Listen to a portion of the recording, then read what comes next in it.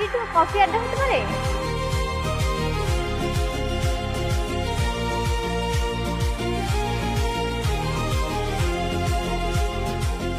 ওকে দেখছিস?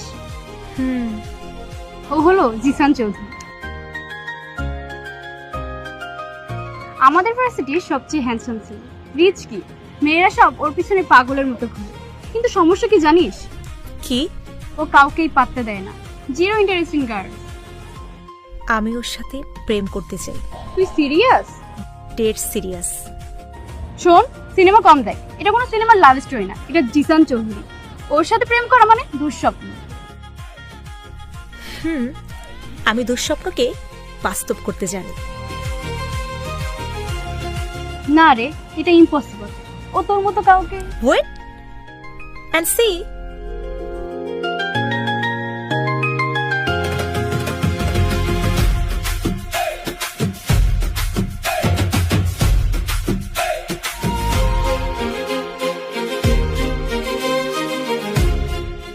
দেখলি, ও যে তোকে পাত্তা দিল না।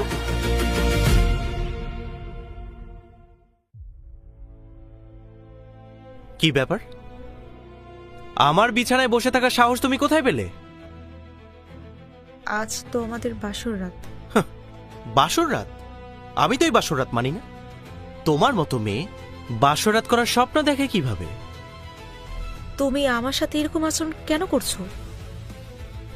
আজ তো আমাদের জীবনের প্রথম রাত, আমরা একটু সুন্দরভাবে সময় কাটাই। তুমি তো বিয়ের আগে এমন ছিলে না? নাকি তোমার এক প্রস্তাবে তোমাকে বিয়ে করতে রাজি হওয়াই আমার জীবনের সবচেয়ে বড় ভুল ছিল? এক্সকিউজ মি, প্রস্তাব আগে আমি তোমাকে দিইনি, প্রস্তাব তুমি আমাকে আগে দিয়েছিলে। আর যেখানে ইউনিভার্সিটির প্রত্যেকটা মেয়ে আমার জন্য পাগল, আমার পেছনে ঘুরে বেড়ায়, আমার জন্য অপেক্ষা করে, সেখানে আমি তোমাকে বিয়ে করেছি। এই জিসান চৌধুরী, জিসান চৌধুরী তোমাকে বিয়ে করেছে। আর কি চাই তোমার? অবশ্যই